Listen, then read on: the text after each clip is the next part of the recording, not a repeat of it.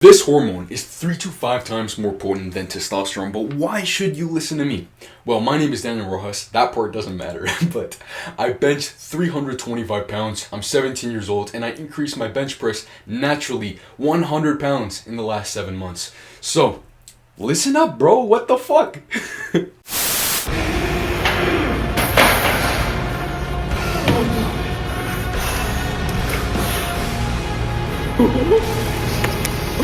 Let's go.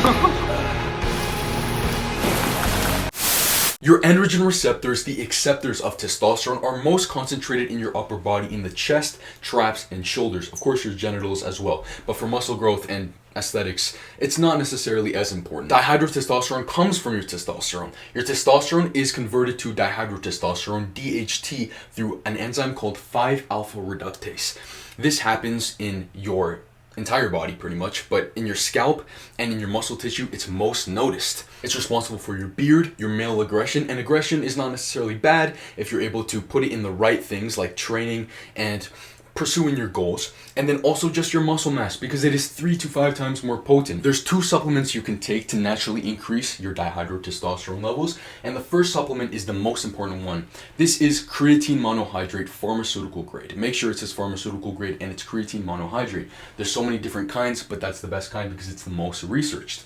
Now, there was a study with rugby players, it's a famous study, where after 1 week, their dihydrotestosterone DHT spiked 57%, and then it returned to a baseline of over 40%. So 40% above the original baseline. And so what this does is that you not only don't have any problems with your testosterone, your testosterone does not go down, but your dihydrotestosterone increases. So you have more net male androgens. All of this together, man, I was able to bench 325 pounds, and I'm just telling you, follow this. 20 grams per day, this is the loading phase, for the first week. 20 grams creatine monohydrate per day, and then after that, if you're a bigger guy, have 5 grams per day. But 2 to 3 grams per day is pretty good if you're not over 200 pounds like me. The second supplement you can take is zinc. Zinc plus copper balance, so you don't end up having way too much iron in your body. So zinc plus copper balance is such a great supplement because it helps with chemical reactions within the body, but also helps with your androgen receptor health, but also sensitivity and density.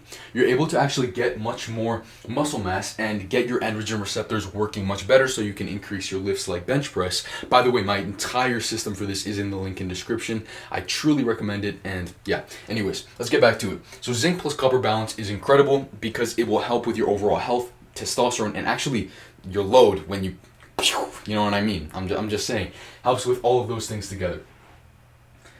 The risks of having your dihydrotestosterone increase, the risks are only really if you're genetically predisposed to have them. If you are a man that has the male pattern baldness genetic, then you might not have as good hair. You might go bald when you start taking creatine just because your dihydrotestosterone has been upregulated. This doesn't happen for every man. You really just get the baldness genetic from your mother, and if you don't have that genetic, you might as well just take it. And honestly, even if you do go bald, just take the L and like fully friggin' shave it off, because you're gonna look like Kratos from God of War. I'm just saying. But if you are not genetically predisposed, then you should be fine. The other thing is prostate health. A lot of people are saying that DHT can negatively impact prostate health because it can just increase the size of the prostate, and just because your prostate has a lot of different cell processes, you can have, a lot of people say that you might get like prostate problems or things like that. Truth is that's another genetic predisposition, and it shouldn't be a problem if you are a male that's just having, healthy levels of sexual activity, and you are, you're just having good experiences like that. That's all I'll say. So those are the risks. Those are the ways that you can increase your dihydrotestosterone. Personally, I have not seen any problems except all the benefits, and suffering from success, man. I just can bench too much. I can't even drink beer yet. Anyways, My full program is in the link in description. I truly recommend. Not only do you get the training, you also don't necessarily get me blabbering so much, because you can have other people in the community that have benched 225 for the first time up to 250, and people who can give you the right advice. That people in there literally reverse pre-diabetic symptoms. Like, they were told by doctors that they were pre-diabetic, and they reversed that because they.